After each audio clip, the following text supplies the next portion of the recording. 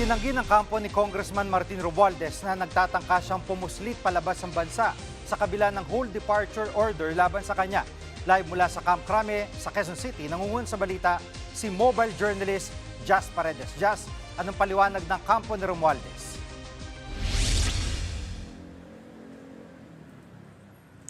Jiggy, tiniyak ng kampo ni Congressman Martin Romualdez na nananatili dito sa bansa ang kongresista.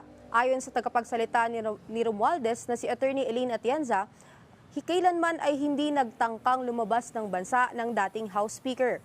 Kahapon sinabi ni Assistant Ombudsman Miko Clavano na ilang beses umanong sinubukang umalis ng bansa ni Romualdez sa kabila ng travel ban na inisyu sa kanya ng Sandigan Bayan laban sa kanya.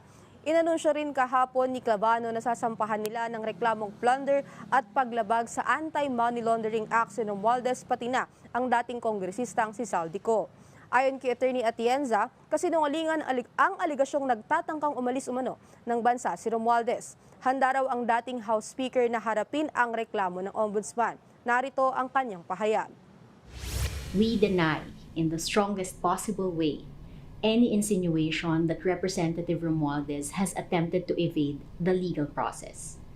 Uulitin po namin, kailanman ay hindi nagtago si Representative Romualdez. Siya po ay nasa bansa at mananatili sa bansa until such time that he will be able to clear his name. At dyan, sa ibang usapin ay may ulat daw na nakalis na ng bansa ang wanted na si Atong Ang. Anong update dito?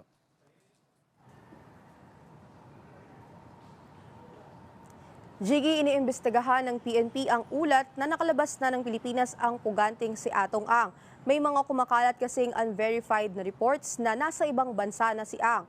Ayon kay PNP Chief Police General Jose Melencio Nartates, base sa huling impormasyon na nakarating sa kanila, nandito pa rin sa bansa si Ang. Pakinggan natin ang pahayag ni General Nartates.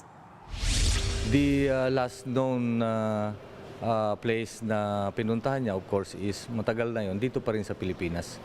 And if there were reports that he pled already leaving our country, we are verifying that. But to the strongest possibility, nandito siya sa Pilipinas.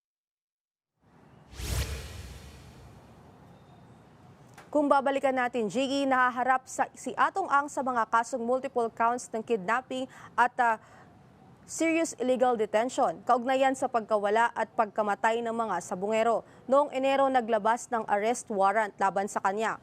Pinuntahan si Ang sa kanyang mga bahay at mga property sa iba't ibang probinsya. Pero hanggang ngayon, hindi siya nahahanap.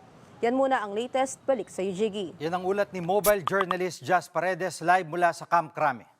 Mga kapatid, Jiggy Manikad po. Pagdating sa mahalagang balita sa loob at labas ng bansa, dapat una sa lahat, mag-follow at mag-subscribe na sa social media pages ng News 5.